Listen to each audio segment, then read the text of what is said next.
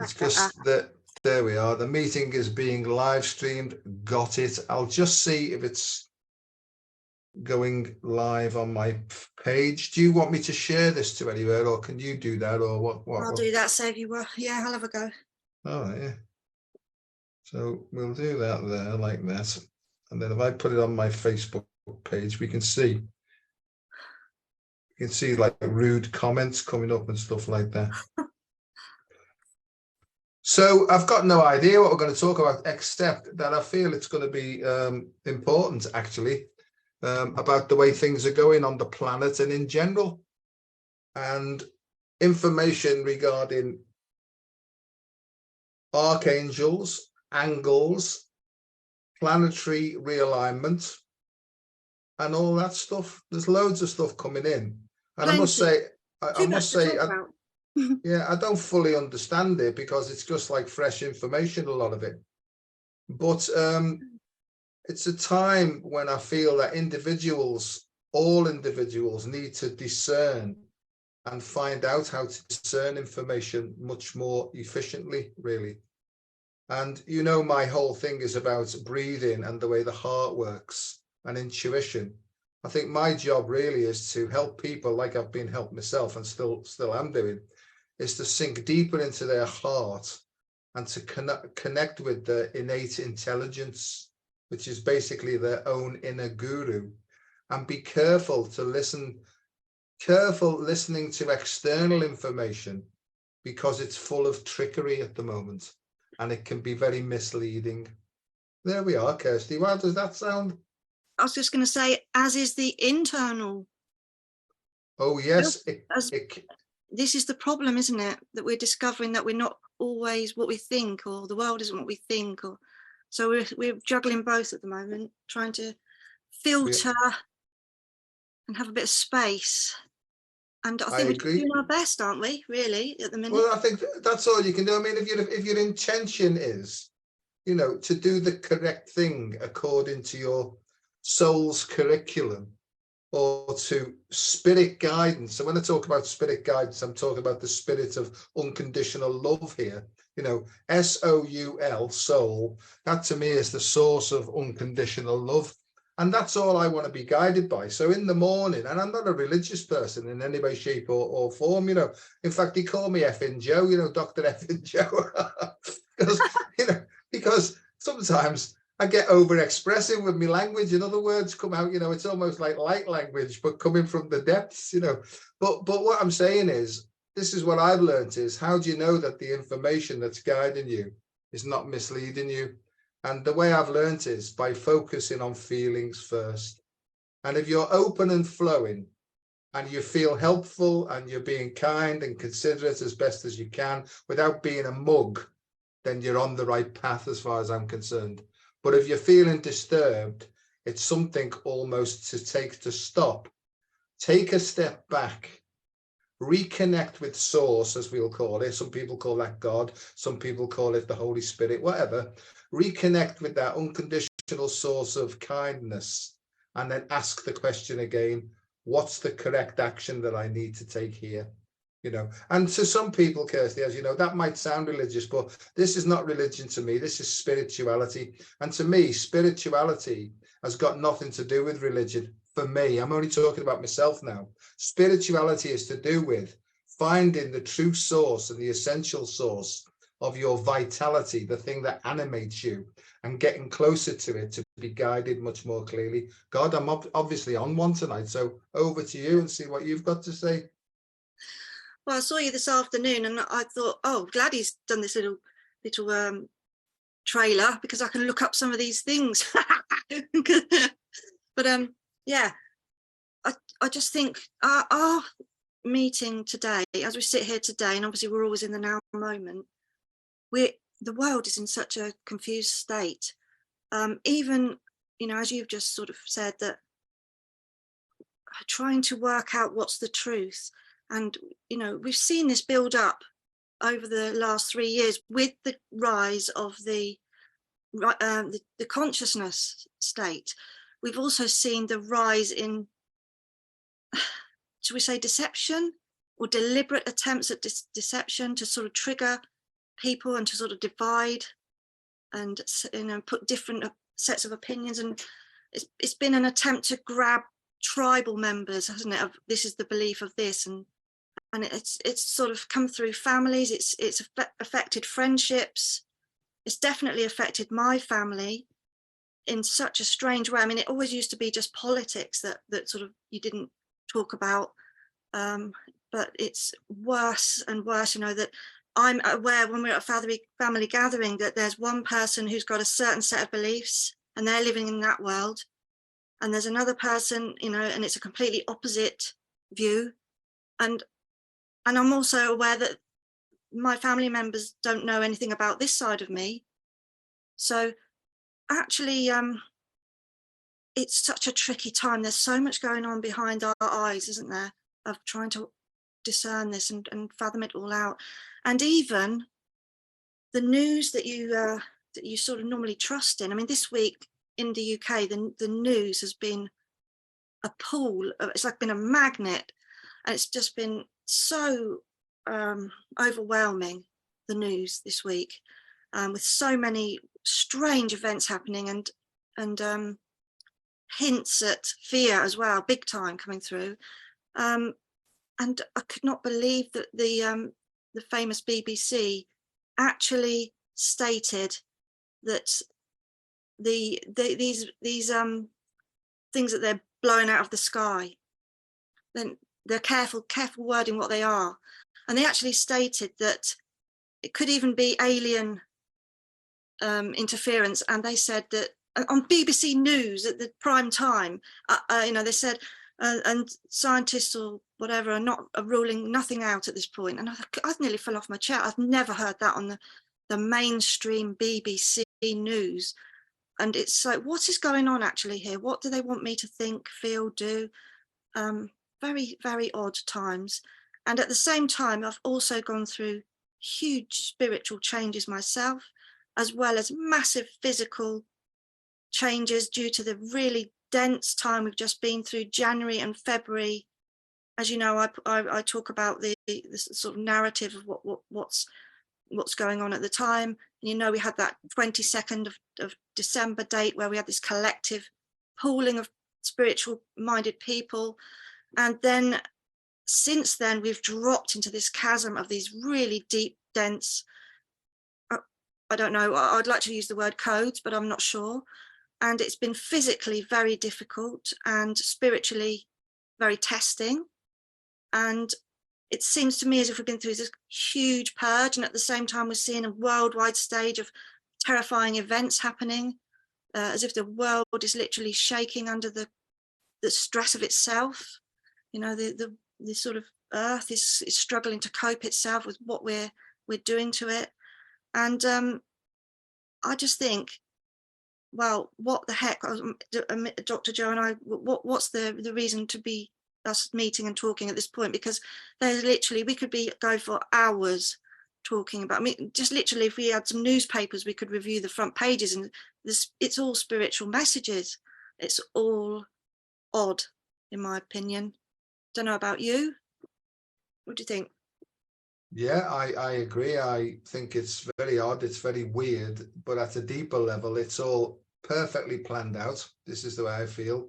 From our last talk, when I said about my drinking episodes and trying to take my own life and all that sort of thing, we talked about people who are highly sensitive people. And I think highly sensitive people are born for a reason, you know, because I do believe that there's a purpose for everybody's life, and everybody's life has a purpose where they take action based upon their individual skills and abilities that will actually contribute to making the world a better place. It's like I can feel a song coming on, you know, but I can understand that, you know, as a highly sensitive person and have been all my life, that maybe I'm attuned a little bit more in a refined way to energies that are coming in. You know, I've always been able to sense energies, both positive and negative, and I've had lots and lots of different so-called spiritual experiences, but I just think that our radars are just slightly more extended than most people. So we're almost like not leaders in the field as in like political leaders, but I think we're like, as they say, the canaries in the mines, and we can smell and sense stuff as it's coming along. And it has been really profound over the last 3 years especially with the way information is handled.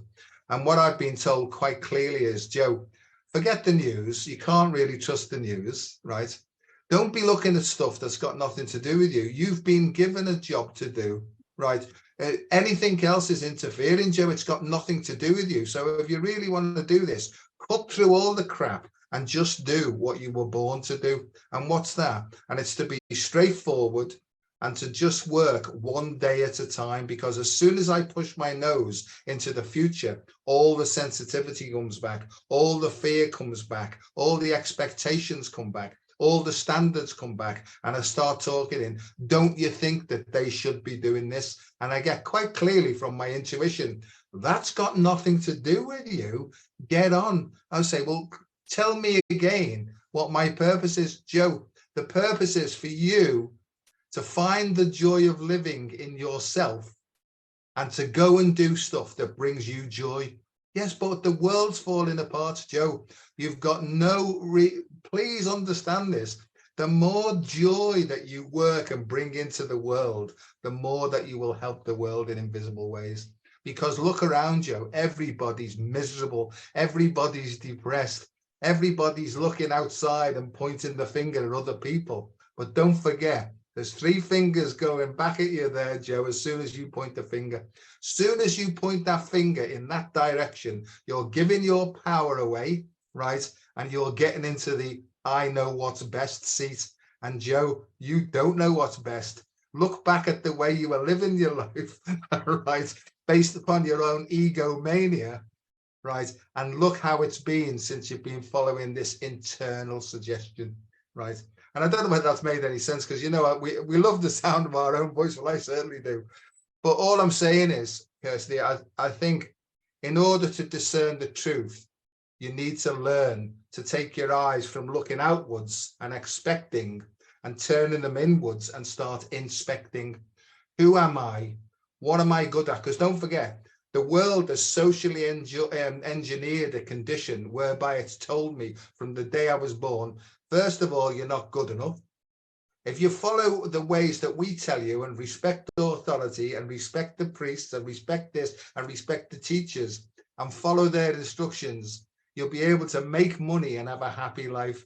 Kirsty, I tried to follow all those instructions and it came to the point where I wanted to kill myself because I was so unhappy. And don't get me wrong, I had a position in society that was quite high. We had loads of money, big posh house, 2 cars, 3 holidays a year. And yet on my insides, I just wanted to die because I didn't feel like I had any purpose whatsoever. And I know, and I'm going on one because I feel like a bit of a priest. But all I'm saying is, I realize that the solution for the world is a spiritual solution. Everybody needs to know that the hole in the soul that they've got can only be filled by something spiritual. That's when they'll get their satisfaction, and that's where they'll start to lead a purposeful life, according to me. But as I always say to you, I could be totally wrong here, right? But I don't think so.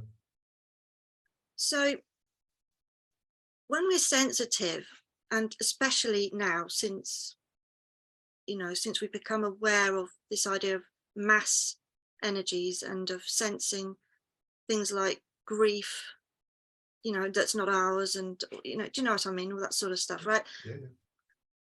When you are sensitive like that and you are aware, I mean, we're talking about the earthquake in Turkey at the minute. This is what I'm thinking of.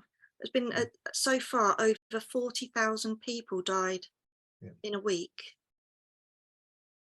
My understanding of being a sensitive and of being an aware, awake, conscious, connected person is that you can't be that and not feel the effects of that. This is the bit I'm trying to weigh up, because yes, I definitely agree that the answers are all about coming from my sense of reality.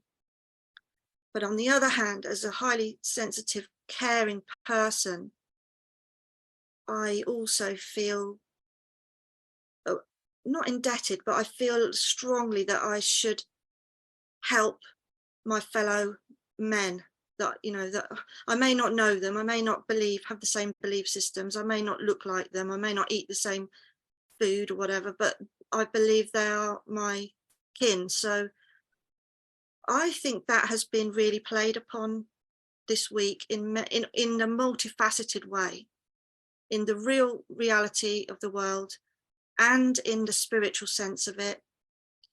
And I actually am really alert as a sensitive being to picking up signals of danger and safety, shall we say.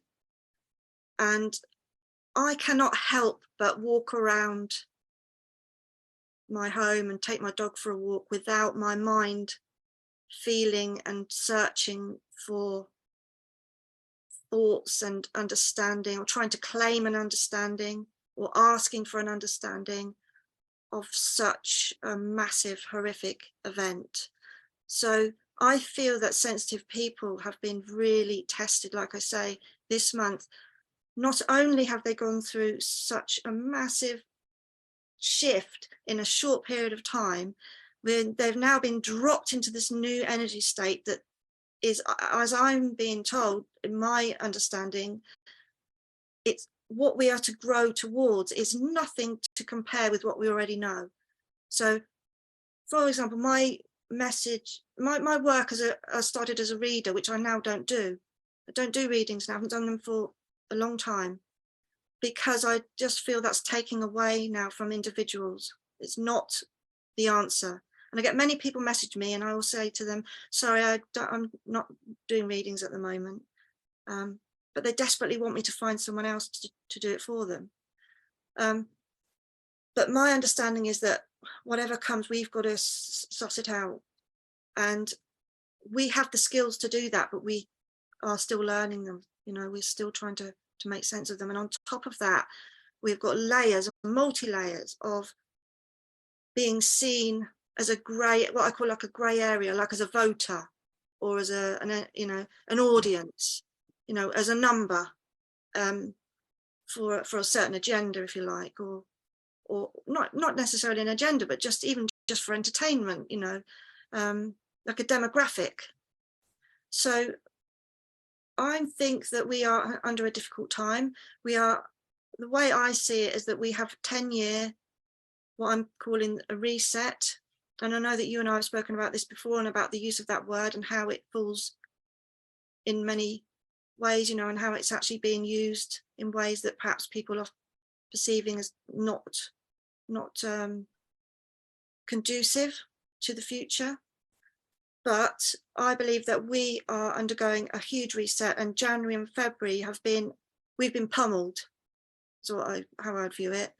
And I was expecting that we came out of December on a high, and we were at the end of December, we were really on a good high roll. We could really connect, but we seem to drop down into this no man's land, and that's how I feel we're at, this no man's land.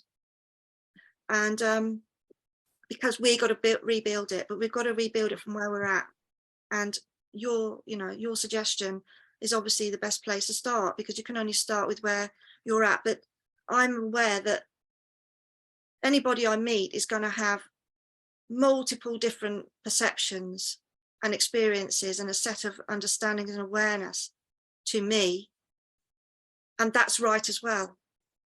And I think that's the way that we've got to go, that we've got to get to the point where we understand that all perceptions, you worded it as angels and angels in a post.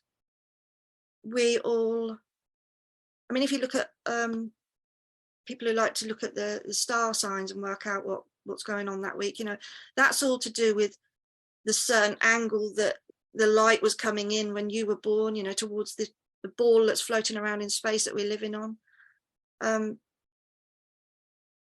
I don't perceive myself as anybody who has any answers, just as somebody who's showing out there my perception, and I'm interested what comes back, because that's how I feel. I'm like sending out and then receiving. So does that make any sense? Perfectly. I think there's a few things I could sort of talk about, and the difference between sympathy, empathy, and compassion. the three different energetic states. Sympathy is a head knowledge of what somebody's going through without feeling the feelings associated with it or similar feelings. Empathy is where we can pick up the emotional state of people and we can sense it there. But that can be a trap, because if you don't know how to let go of that, then you can be sucked down by it, and it can be very depressing, really. So you actually, but to me, so sympathy is very hot-headed in a way.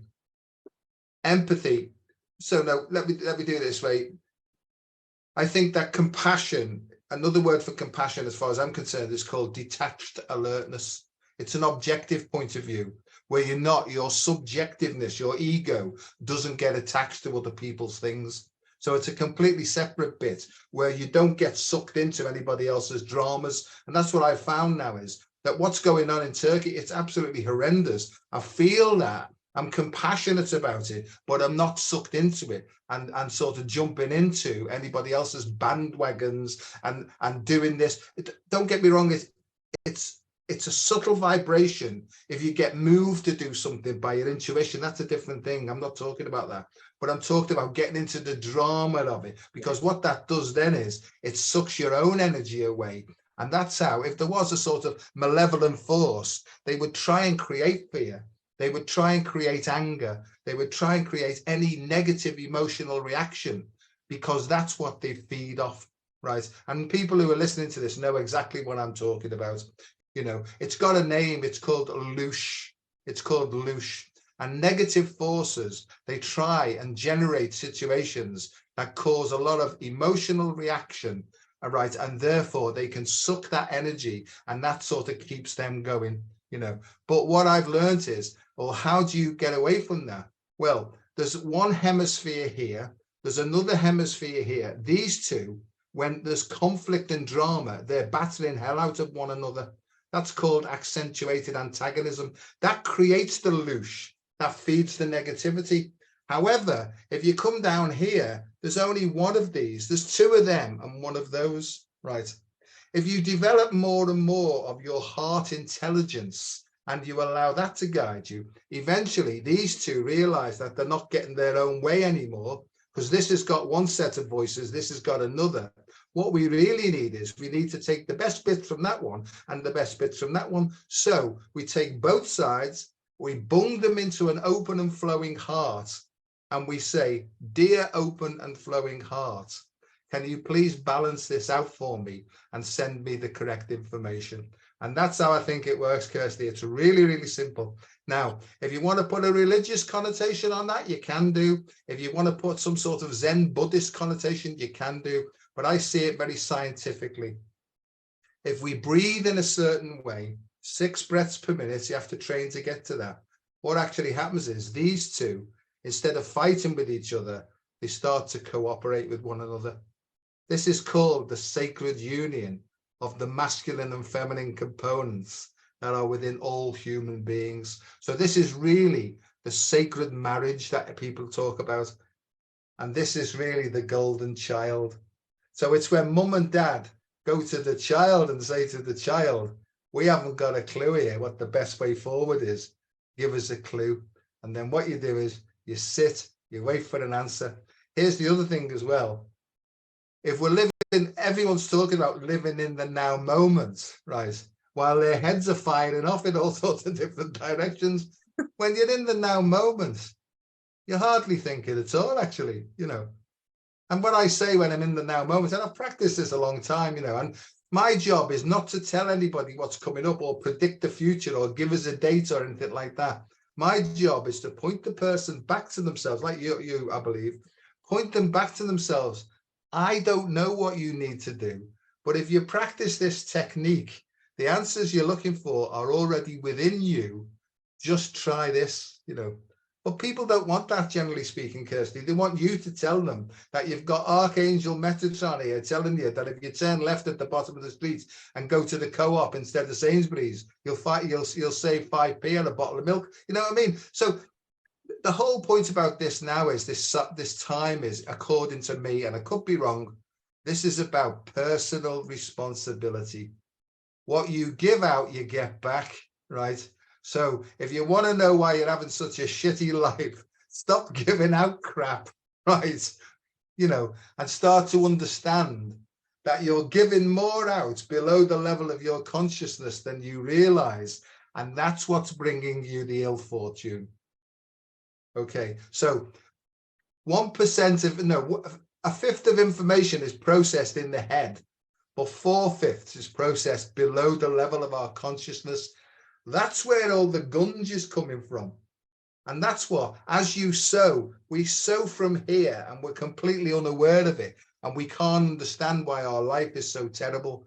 So the idea is you've got to take this thing here, sink deeper, and start to look at your own things that you're responsible for. This great big tide of cleansing that's coming through is forcing people to look at what's buried within them, all this repressed, suppressed energy and stuff like that, you know. I don't think anybody's going to get away with it. And that's what's causing this separation. There's almost like a bifurcation now where people don't want to reveal their secrets and they're trying like mad to keep hold of it and do the old things over and over. And there's other people who are saying, yes, I agree. I definitely need to clean my act up. Please show me how to do that and I'll do the best that I can. And that's where the splits come in, I think. I've said a lot there. I'm sorry I've gone on, but I don't know what you think about that. Well, you know, we've gone back to the first conversation that you and I ever had about the going back to the breathing and to the heart. But I was going to say, did you know that Pope John Paul actually saw the sense of the story that you've just described of the male and female and the golden child sort of thing? He actually, in the Catholic Church, he actually made an attempt to restore the idea of marriage and the sanctity of marriage. And he actually described the Holy Trinity in the form of masculine, holy, you know, the masculine and the feminine and the golden child. So everything that we're talking about, you know, seems to always come back to this central theme whenever I talk to you. You know, it seems to be the theme of whether we're going to talk about something religious or something emotional or spiritual or scientific or physical. We seem to have the same answer. However, we've also, at the same time, sorry about my dog, she wanted to be the heart. She wanted to be the heart for a minute. We are also, you know, we know all these spiritual techniques and we know all this truth. We know all this psychology. We know where we sit spiritually, but I still think that people are just so, it's distorted, their perception, what we've been through and what we've seen. What we thought was going to be the rise of entertainment and of making life easier and better has actually hit a point where it's become a bloody nuisance, you know, and it's actually sort of dangerous in some ways, isn't it?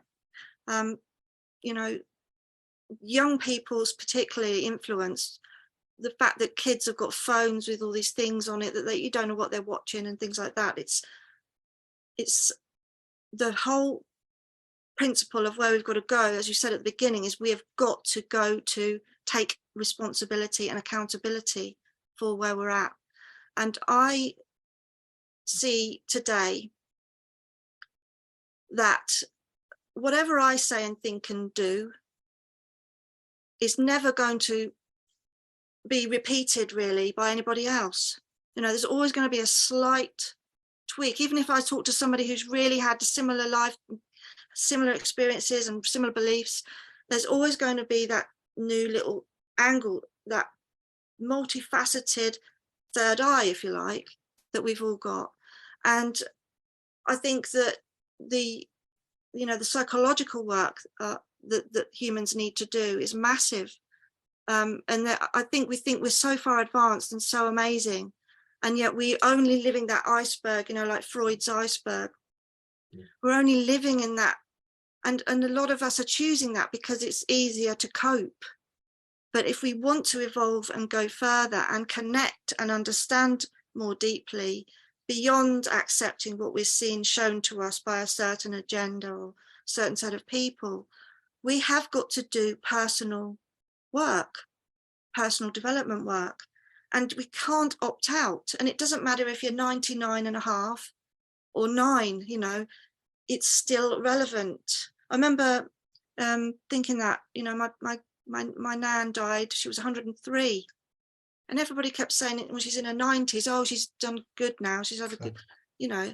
But when she did pass, I felt strongly, so strongly, that she was in her prime, you know, and I thought, there's no point of reaching, oh, you've had a good innings now and you've sussed it all, because there's always the next unfolding and the next person to speak to and the next set of circumstances. And my nan died 5 years ago, and I don't think she'd recognise half of the world, the sort of things that we're dealing with and talking about now. You know, we are in such a strange, precarious position, but I feel that the Wake community has it to me, it's like it's bowing, and, you know, we've got to steady it. And it just reminds me of an image I had. I used to have a cat that used to catch fish like that on a pond. We had the net, and he used to put his weight on the net, and as the fish came along and was minding his own business, he got sort of through the net, and then he'd let go and he'd fling up and he'd catch him. And, you know, I think that we're in this position where we are having to weight everything down to try to find this thing that we don't know what we don't know what it is. We don't know what it is. I wanted to tell you something. I had this really strange experience. You know, when Eckhart Tolle talks about humans and air and oxygen and the environment that we're in, and he describes it as a fish that's looking for water, going around, what water, what water? I had a really strong experience of the air and the environment, really loud and clear. I saw everything differently. You know, these messages that we're getting, these codes that we're getting, they're affecting everybody differently, of course, because everybody's got different skills. But my skills are all about interpreting feelings, emotions, energy, and to interpret them into sight, and into then trying to express that as a vision. And, you know, I think that every person right now on this planet alive, every person is poised, whether they know it or not, whether they're plugged into the life that they think they're doing and they know every day, whether they think their reality is, you know, we're literally poised. We're on such a turning point. And some of the stuff that you were mentioning earlier today, I feel really matches with that physically. You know, when you're talking about the poles and the magnetic change that's going on, even the stuff that we've seen about the Earth's core that we now know, and trying to understand that. There's a strange sense in every way, whether it's physical, whether it's waiting to see if our bills are going to go up and how much food's going to cost, or whether it's spiritual awareness or emotional knowledge of self. There is a strange sense of, I don't quite know what's opening up here. And I think that's, if anybody's feeling like that, they've sussed it. We are meant to be there. And I think that's because we are going to start to create new. I couldn't agree more. I think that's exactly what it is. And the very fact that we don't know how it's going to work out, I think that's the saving grace, really, you know. But what you said before, you know, I honestly believe, I talk about psychology. I mean, I've taught evolutionary psychology in universities for years, and I think that psychology is a misdirection. I think that the solution that we're looking for is beyond psychology, you know, because I think that we have human beings, we want to know. And I think when you get to a position where you don't need to know, because you know that you'll be given the information on a need to know basis from your intuition. Intuition isn't to do with the human mind. It's to do with something much deeper. It's not to do with memory, because what we tend to do is we look out, we see things, we get the sensory information that comes in, it pattern matches to some previous experience, whether it be ours or our ancestors and whatever's encoded in the DNA. So really, we've got to transcend that. And we've got to be in this position of blind faith almost. But it's not, it is blind faith, but there's a feeling underneath it that there is something purposeful to all this. And that's where I am. I used to be what's called a know-all, knows, don't say that, Joe. I used to be a knowledgeable idiot, right? Where I had loads and loads of information on medical science and loads of stuff, you know, I knew a lot. And I was so arrogant with it, you know. I used to look down my nose at people and think, oh, go away from me and don't bother me, you know. I was completely and utterly horrible. I still am, but in a better way now. But the point about it is, what I've learned is that if I really want to live in this so-called now moment, I don't need to know. I just need to trust that I will be given the information at the right time, in the right amount, and I will be given the impulse or the propulsion to take actions when needed, right? And what that's done is it's relieved me of virtually all fear. I'm totally and utterly fearless now, right? It doesn't mean to say that I'm stupid with it, because there's a complete difference between being fearful and being cautious. Cautious is intelligent. Fear is not, you know. So in fear, the human being is in fight, flight and fright mode, right? He's on the defensive all the time. When you're on the defensive, you can only see a little picture, and the talk is, get me out of here. That's all you can think of when your ego's under threat. And by the way, it's only ever when the ego's under threat do you feel a negative emotional reaction. So in a way, this is not getting rid of the ego. We need an ego because the body-mind complex itself is the ego, the human skin thing, right? We just need to let go of the attachments to the ego. And I think I'm here, right, to lower the tone, you know, because I swear a lot. I bring the tone down because that's to help people to come off their high horses and to come out of fantasy island, because somebody did it to me, Kirsty. It's called tough love, you know, and sending love and light, in my opinion, probably doesn't have that much effect anymore in the circumstances we're in. People can send as much love and light as they can, but it probably won't be doing anything. They need to take some sort of a physical action. I'll say this last thing is, I was told this quite clearly, Joe, faith without works is dead. And I said, explain what that means. Well, you can have all the theories in the world, but unless you pick the shovel up, nobody's going to dig a hole for you, right? And I thought, okay, I need to get my hands dirty. I need to get me hands in the soil and start doing something actively. And that's the difference between talking the talk and walking the walk. It's making sure that those two things together. Do I ever get it wrong? All the time. But I immediately let myself off the hook because I'm much more gentle with myself now. You know, I've gone on a bit there. I feel like the priest today. I'm in the sermon box. But what I'm trying to say to people is, right, it's all very well sending love and light and fairies and the unicorns and all that sort of business, you know, but is it working? Where's the evidence that your life is improving and you're actually helping other people? That's what I would suggest for people, to sit down, take a step back, become objective about their own subjectivity and be honest with themselves, hand on heart, and saying, is this really working for me? Is my life improving? Am I evolving, or am I just revolving? Yeah, so, you know, I think I've talked to you on here before about my situation, is because I have been dealing with a really difficult illness for 4 years. And as I see it, I feel like I am literally learning to walk again. And that literally happened physically, you know. I've had to build my stamina again and to walk. But you know, the first few months I was bedridden. And I feel that is very much the metaphor for my point I'd reached in life. And it seemed that everything in my life emotionally had to be reassessed. And the world that I thought was what I wanted back from it. The response that I wanted back wasn't affirming. Do you know what I mean? Like, Yeah. my understanding of Kirsty, my emotional experience of Kirsty, you send out and you receive to keep it going, and it wasn't coming back. And it just felt like a chasm had opened, you know. And at the same time, my body just crashed, and it was just everything at once, you know.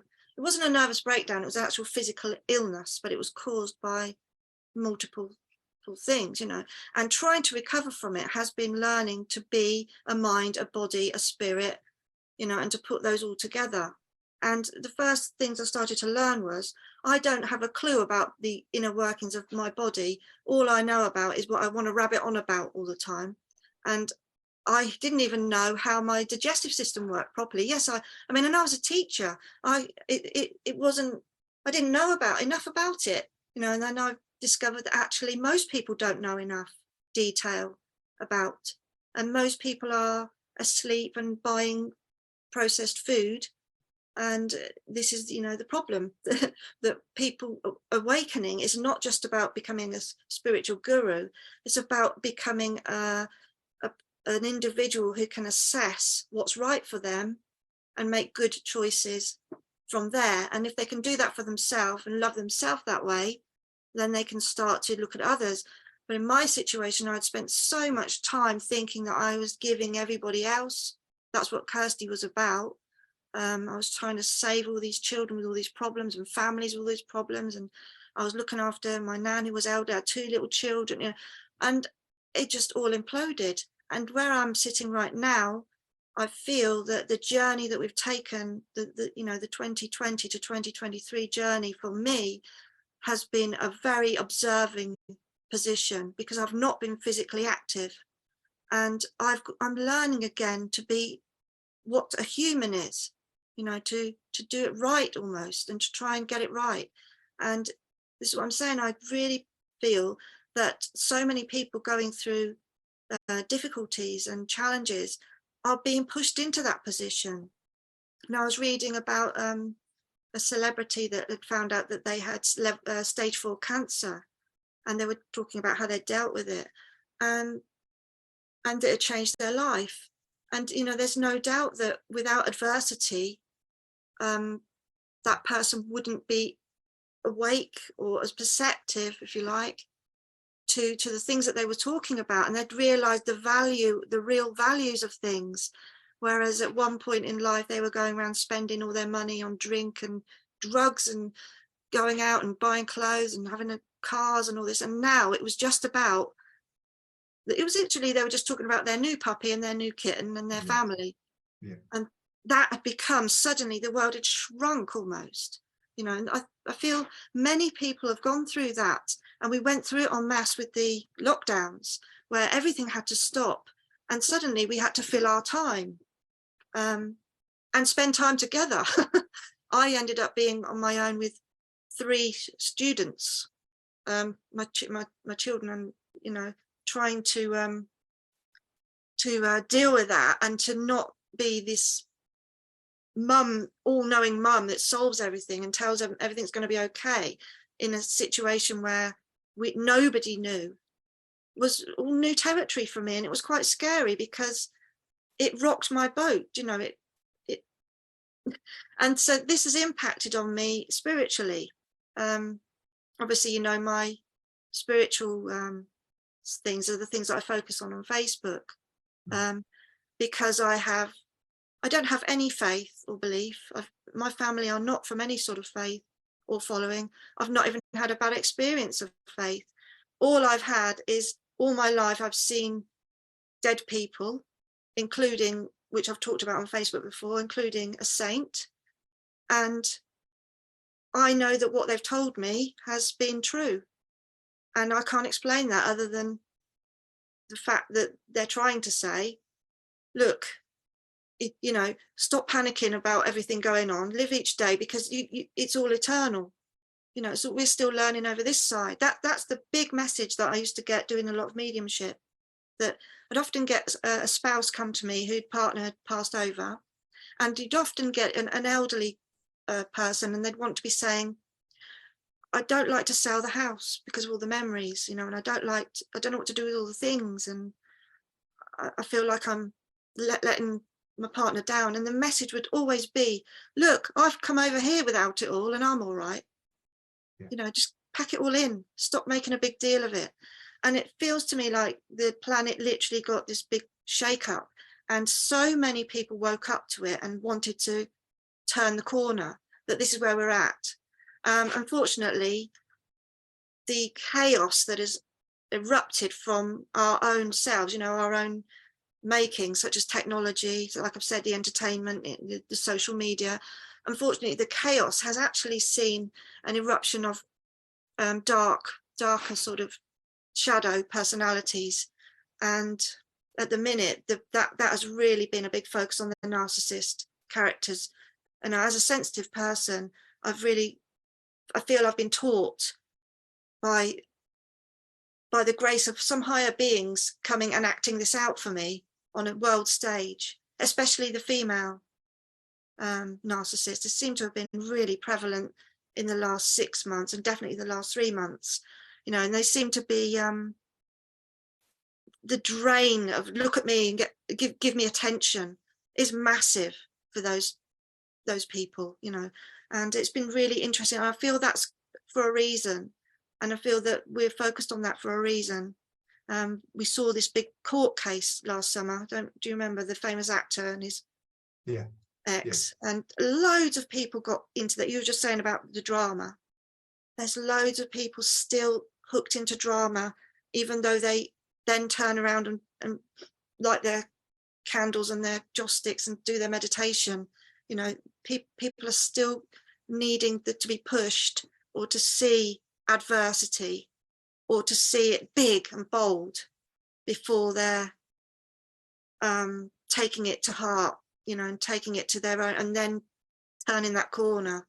And I feel we're seeing that massively at the minute in so many ways, you know, and it's deliberate, as you say. It's nothing that isn't deliberate about it.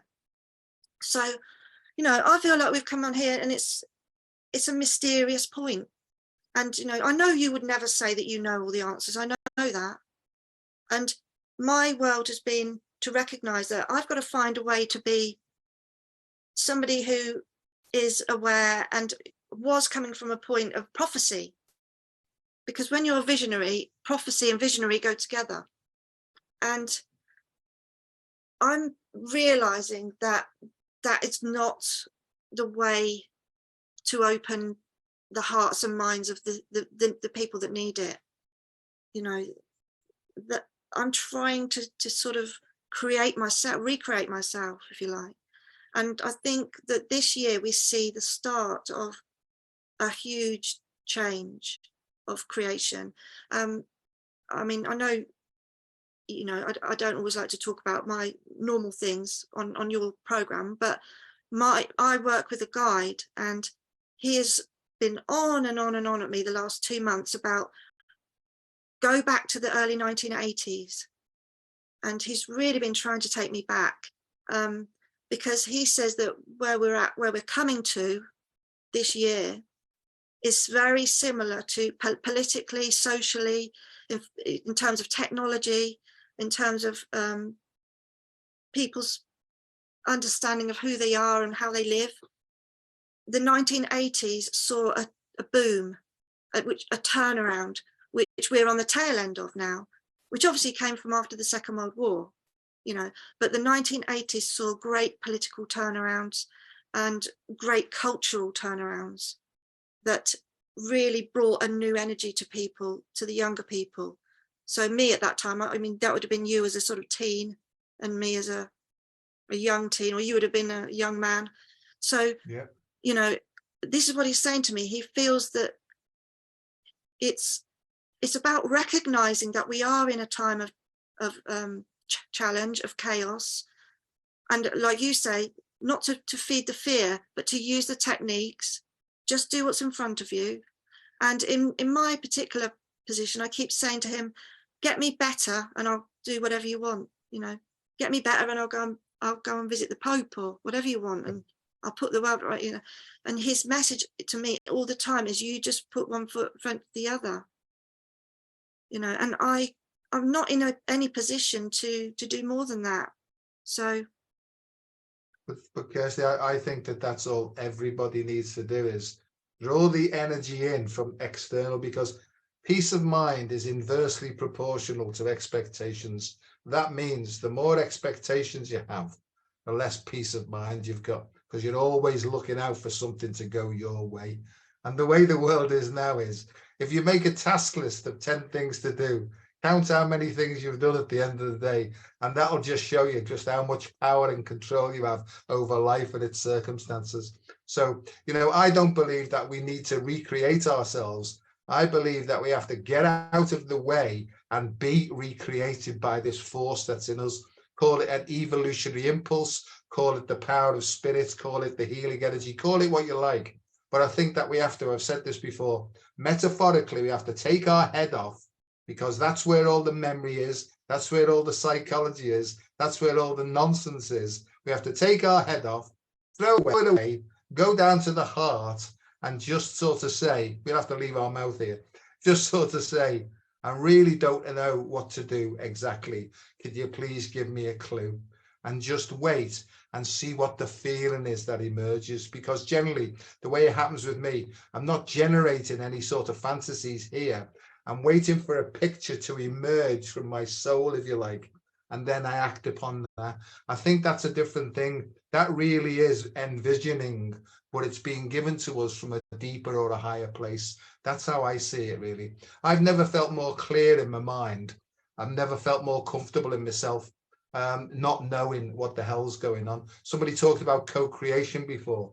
I think co-creation for me is waiting for the impulse, waiting for the suggestions that come up and then acting upon those. I think that's what co-creation is, because it's almost like the divine is using my hands, right, and my legs and whatever to do the work, really. I think more than anything else, people say to me, well, what do you think I should do here? And I say, I've got no idea what I should do myself, so don't be asking me. Because if I say to you, do this thing and it doesn't work, you're going to blame me, right? So personal responsibility means you make the choice and you accept the consequences of the choices and don't be blaming anybody else. This is what I really learned in the school of tough love. If you're pointing the finger like that, there's 3 coming back at you, right? 3, I, self, me, right? Because as soon as you point the finger, you're in the blame position, right? And you're giving your power away. So to me, life, the human life, is set up for one thing and one thing alone, and it's to learn self-mastery, because that's what it is to me. And you can't be cajoled, you can't be influenced in anything, you can't be forced to do something against your will, right? Whether it be a medical procedure or anything. If you can sit and you can critically think and you can be objective and detached and watch almost like the scene of your own life and come to a decision based upon that neutral point and then choose, that to me is freedom. But if you allow yourself to be emotionally blackmailed, I was told, if you want to know how you're being influenced by the evil or the negative side or the illness or whatever you want to call it, look out for these things within you. Self-pity, that means you're not getting your own way. Anger, right? That means things aren't going your own way. That's all ego is, Lying, that means you're trying to evade and avoid things, So there's all these things that you can look out for, but it takes a lot to turn your eyes in and be honest about that. And sometimes you can't be honest with yourself because you keep telling yourself lies. So you've got to have a friend or two who'll just give it you straight and say, would you mind if I made a suggestion? But here's the one thing that kills everybody, right, more than anybody else: resentment, right? If you look at the word resentment, resent, it's memories coming back to have another go at you. So in order to live in the now moment, you have to forgive and let go of those circumstances. Well, the head will jump in now to try and justify, oh no, I'm never going to let go of that. Well, then you're knackered, aren't you? Because like has been said, resentment, it's like drinking poison, hoping the other person dies. It's insanity, So the whole point is, in order to put the poison down, you have to take the hook out of you that keeps getting triggered by the past and let it go. So there's that one. The other thing about anxiety is you can't be anxious about the past. You can be anxious about the past catching up with you, but anxiety is when you've projected too far into the future. So if you look at your mood state and you're in resentment or anger, you're past focused. If you're anxious and in panic disorder and all that sort of thing, it's because your mind's gone into the future. In order to come to terms with those and reach a neutral point, You have to let go of both of those things and sink into your heart. And as you practice it more and more, in my experience, and loads of people have done this, you start to sink, you become more calm, and you come to a position like they call it the 0 point, a position of neutrality, where you can clearly see both sides of the argument. You can weigh up the evidence, and then based upon that objectivity, you can then make a choice upon that one. Kirsty, a lot of people don't know this, but what I do for a living is, excuse me, I'm getting rabid now. Look, I'm foaming at the mouth and everything. What I do for a living is I teach postgraduate medical people, consultants in medicine. I teach them critical thinking skills, right? And what critical thinking skills are is that you don't have any subjective opinion about things. What you do is you get all the research from one side and all the research from the other, and you sit away from it and you look at it, you go deeply into it, you see how all the trials were conducted, where they conducted, where there's any vested interests, you know, and you know exactly what I'm talking about here, you know, and in the end, you take the evidence and you weigh it up and you go with the most credible evidence, right? We've lost that ability because there's so many distracting forces now, like ITVX and Netflix and Love Island and all those things. All those things are an attempt to keep you looking. No, it's true. It's an attempt to keep you looking outwards and to stop looking inwards. And if the answer lies within you and you're distracted, then you're never going to find the answer, you know. And that's what I've learned now. You know, I look at these things and I just laugh my head off. I looked at all that stuff going on with Rihanna and all that, you know, and all these people wearing these big funny clothes and all dressed in red with devil's horns on. It just makes me laugh now. I don't have an opinion on it. It's just like the most crazy show on earth, you know. And that's where I'm up to now, is most of the time I'm in this great big guffaw of, isn't this a crazy world? I wonder, should I have a cup of tea or coffee? Hang on, I'll weigh up how I feel about it. I think I'll have a coffee. And that's where my life's come to mostly now. Yeah, well, you know, it's really evident that a lot of people still look to want what they need to find a drama to be involved in and have a comment on and have an argument in, if possible. It seems to be really common. And that really stood out to me when in the UK, when we lost Queen Elizabeth, and the amount of ranging comments, but nastiness towards each other about how they felt, you know, and it was quite shocking, really. It really brought out a new, you know, there's all these people that were saying, oh, I love everybody, and then they were putting pictures of Shrek and saying, you know, and nasty comments to other people. So yeah, I mean, you said about walking our talk, and that's the phrase that I've been using and picked for, I think, what we've got to start to do. And I don't know how long it's going to take, because it's like, how long is a piece of string, isn't it? Because that's an individual thing. But we have had a culture, especially when there was the pandemic and everybody shut down, and people like yourself and I were talking and they wanted to hear us talk. So we sort of had a culture of, actually, what do they want me to say? What do people want to hear? And I think we've shifted now into well, whoever wants to hear what I'm saying will hear it. Yeah. But that to me is still a massive trend, that people are still looking to be liked or to gain likes. You know, and I think the Instagram community is probably the worst offenders for that type of behavior.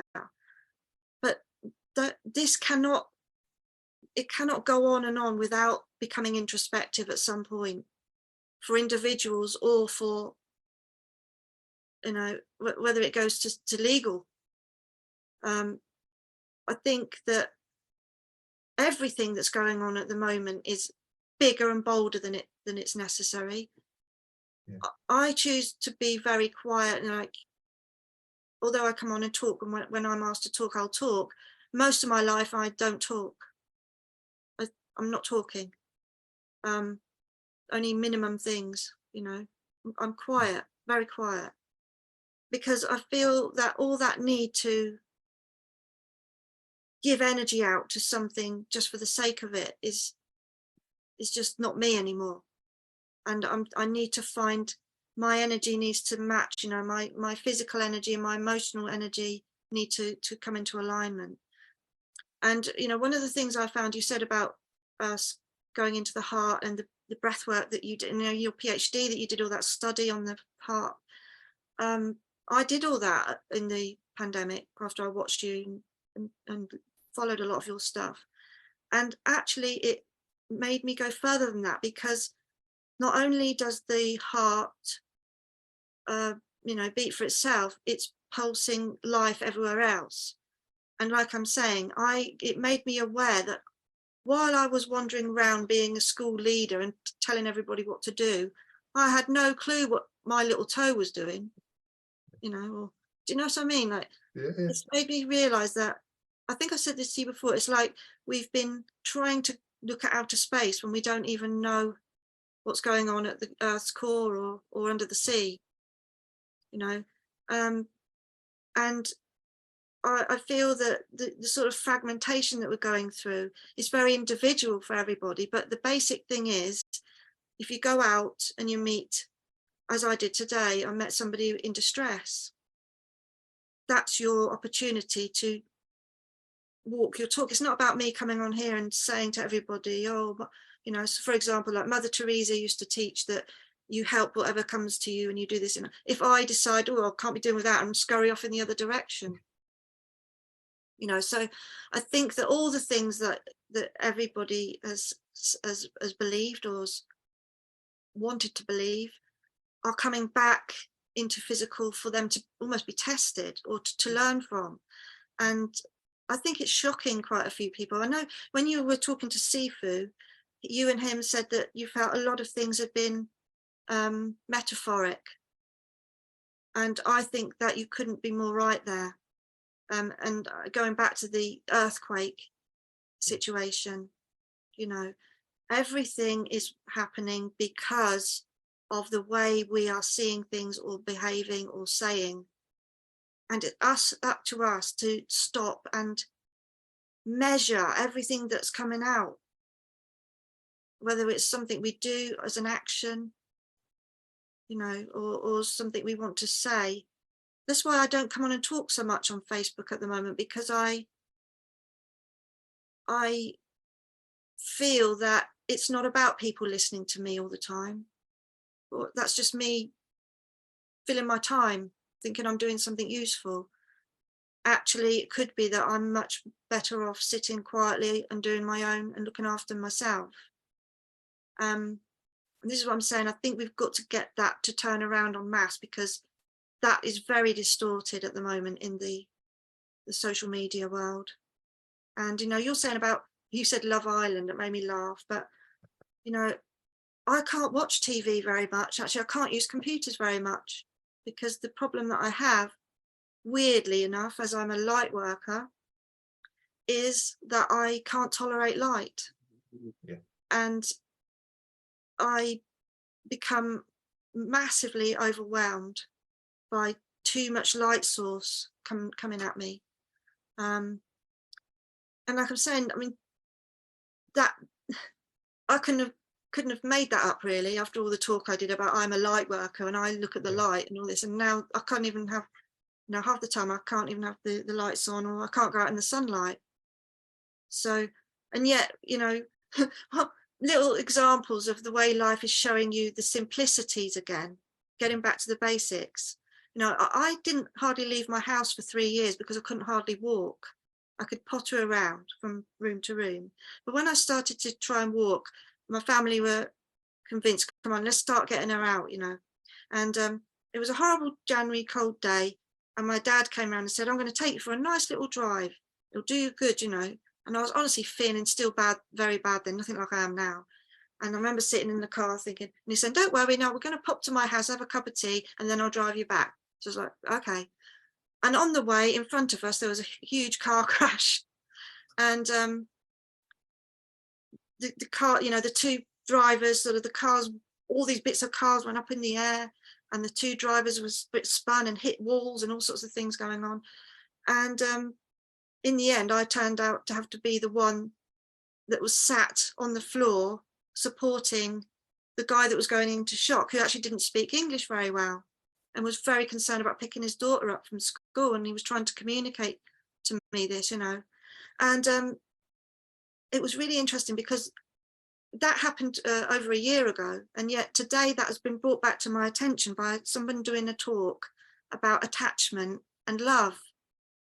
And they were saying about trauma, that, you know, when you go into a trauma state, what you want is another person. You want a person, you know, this was a person who's an expert on trauma, has written all these books. His name's Peter Levine, Dr. Peter Levine. And he had decided in this talk to talk about when he was in a car accident and he was thrown from his car. And he said all the knowledge that he had of being this professor and talking to the world about trauma and writing books became a matter of, I'm lying on the floor and I'm really in shock and I'm struggling, you know, back to the absolute basics. And all he wanted and realized that he needed at that point was another person to be with him. A lady came running over and said to him, what can I do? And he said, just don't leave me. Yeah.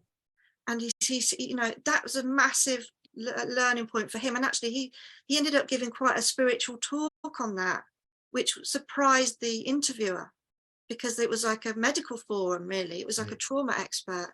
And this is what I'm saying. I think we're going to see this more and more common, that everything you think you've said and know about, for example, my job was to be in charge of anybody with any needs. And then all of a sudden I was bedridden and I had to think about, well, how am I going to reach that glass of water? And I've had to go back to, well, I'm a need, you know, I'm a body that, and how does this body actually work? And okay, so how does it psychologically work? And how does it, I've had to look at my whole diet, nutrition, and understand my body and in a whole different way. And I think partly that is because on a spiritual level, we have become different and we have different needs. We are needing to eat different foods and look differently about ourselves. We are also needing to de-stress our lives massively. The world that we grew up in that said, you know, you've got to be career driven, you've got to do this, go here, go there. Like you said, you had the cars, the house, the holidays, you were busy at, you know, in your profession, and that was all the norm. But that can only go so far and it breaks. And this is what's happened worldwide. And I think the world is showing us that, as you and Sifu said, it's showing it in strange ways, really, in sometimes ways that aren't obvious. It's all very personal. It's a personal experience. But I feel that's where we're at. And although I have a great amount of positivity about the world and where it's going to go, because I feel that we're going to really see from adversity us find new ways and new expressions, you know, new answers, as you always do in history. If you look through history, like the Reformation, and even if you look at the 70s and 80s, not just the political people, but the famous people, if you like, the creative people like David Bowie, for example, who taught the world how to change and how to be flexible and how to look at things differently and be different. You know, I think we're going to see another burst of that come forward. But at the same time, we're also seeing a physical reality that is very stoic, and struggling, even, you know, challenged. The cracks within it are showing, and the struggle is going to get more. And as the struggle gets more, so does the creative freedom and the spiritual and the emotional awareness. That's how I understand it. That's how I see it. Well, maybe that's a bit pie in the sky and a bit too hopeful, but I really believe that's how humans evolve. You know, they evolve from adversity. Well, I agree entirely with everything that you've just said. I agree. I see it the same way. In yoga philosophy, we're going through the darkest period known. It's the end of the Kali Yuga cycle, and there's an upshift now into more positive times. And I think that's what's happening. But there has to be at the bottom point, there has to be a disintegration that goes on when all the individual components separate and then they get reintroduced in a completely new way. So that's actually what's happening now, in my view, that all systems are falling apart for a purpose. And there's people who are, like the medical system, for example, there's people in established occupations now who are trying to hang on to the standards, that the traditions that they've always lived by. It's not going to happen now because they basically need to let go of that and allow this new flux and new flow of energy. And what I see is, and the way I explain to people is, this is just how I explain it. There are astronomical, that means really, really big, astrological changes taking place. And there's actually moves from the universe through the galaxies, planetary, onto humans now. I think there's energies coming in and beaming down now with such force now that everything's changing, you know. And I think the planet Earth that we're on, Mother Earth, right, is also going through a change as well now. And I think there's all sorts of interacting energies. We've been stuck in a sort of a 10 sphere cycle, and we've recently been upgraded to a 12 sphere where all the energies are coming back on now. And I think even Mother Earth now is going through a tussle as she rebalances as well now, you know. So there's all these things that I see. And because she's going through her changes, because we're actually inhabit the planet as well, then we can't not feel the force of all these changes as well. So my suggestion would be, from what I've learned, is let go and allow the process to take place. Be extraordinarily gentle with yourself. Keep it as simple as possible. And the word that they keep giving me all the time, what I keep getting from my intuition is, and my guides, is frugal. Back to frugality. Yeah. You know, if you need it, get it. And if you don't, think again. Yeah. You know, because this is the difference between desires and needs, you know. And a lot of the desires, right, you know, we're put across as, you need this to be happy. It's not true. We need next to nothing actually to be happy. We need the right amount of the right food. But just to finish this off, because we're sort of whittling over a bit, but I do feel that we're probably never been in such a toxic environment. You know, there's millions and millions and millions of tons of microparticulates being descended upon us from the skies. And, you know, that's all being said, oh, yes, that is happening now, you know. So you talk about lies before. They denied that this was happening for years, but now it's out in the open. There's all sorts of stuff being put into the water. Our food is actually full of toxins, you know, because keeps the food longer, you know. So the sell-by date on some foods now is 2025 or something like that. You know, all these things. You could open a can in 5 years' time and it will be exactly the same. And that's because it's basically chemically stopped, you know. Yeah. So all these things, and we take that stuff and we eat it ourselves, you know. I'm not paranoid about this stuff, but I'm very aware of it. So we filter our water. We try and get as, you know, food, organic food as possible, and homegrown food and all that sort of. We're quite careful about that. And yes, we are in a fortunate position at the moment to be able to afford this, right? So that's where we're up to, right? But all I'm suggesting to people is just try and be more aware of what you're actually ingesting and taking on board. And that includes information from outside as well, really.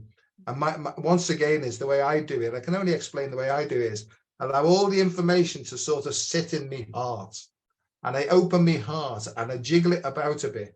And then I almost listen in with my left ear and almost ask my heart and soul, please show me, you know, the correct way forward here. And that's how I've lived my life now, Kirsty, for over 35 years. And my life has changed. I've gone from sleeping on a park bench with double incontinence. And you know my story, I've told you. I tried to kill myself seriously on 3 occasions. And it just didn't happen. So maybe there is some sort of a reason for me still being here, you know. And I think that's it. You know, we're going through a global mass sort of crucifixion process, or a mass rock bottom, where people are being forced now to look at themselves, look at their thinking, look in their feelings, and look in their actions. Because in the end, thought, word, and deed, that's what it's about. And I'm not saying for people to become saints.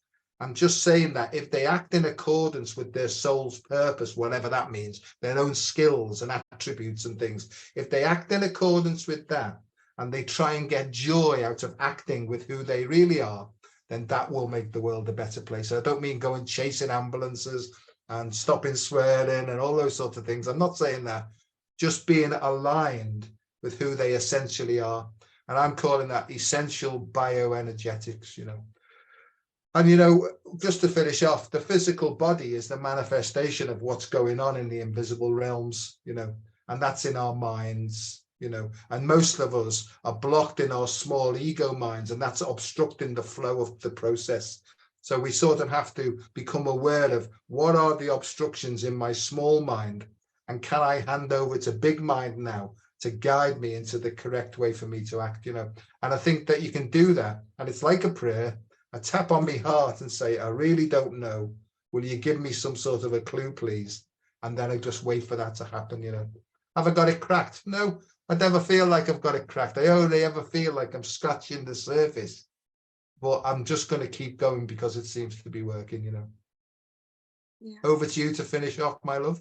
But I'll just say to finish off that, you know, anybody who knows me and looks at my stuff, you know, I've come on and talked about when I was in hospital and I was visited by Saint Faustina, and it came about because some people, a family friend was praying for me, the Divine Mercy prayer, and I had no clue about it.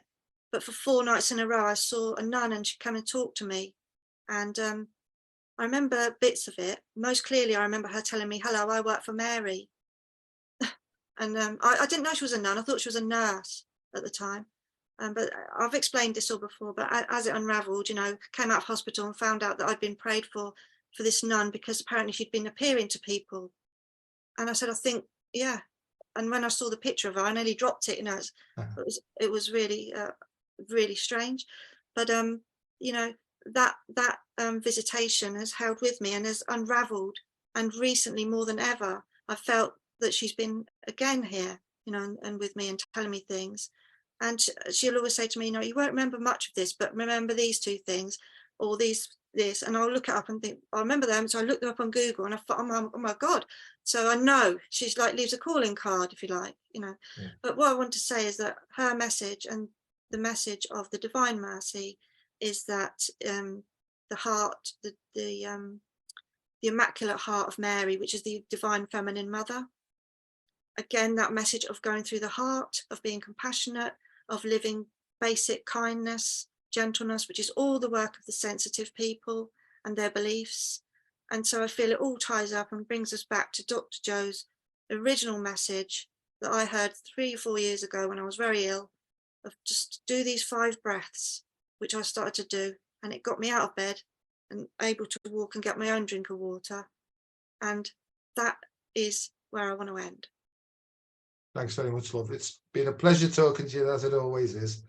And keep in touch. And thanks very much, everybody, for tuning in. And on that note, Kirsty and Dr. Joe signing off. Night, night. Bye-bye.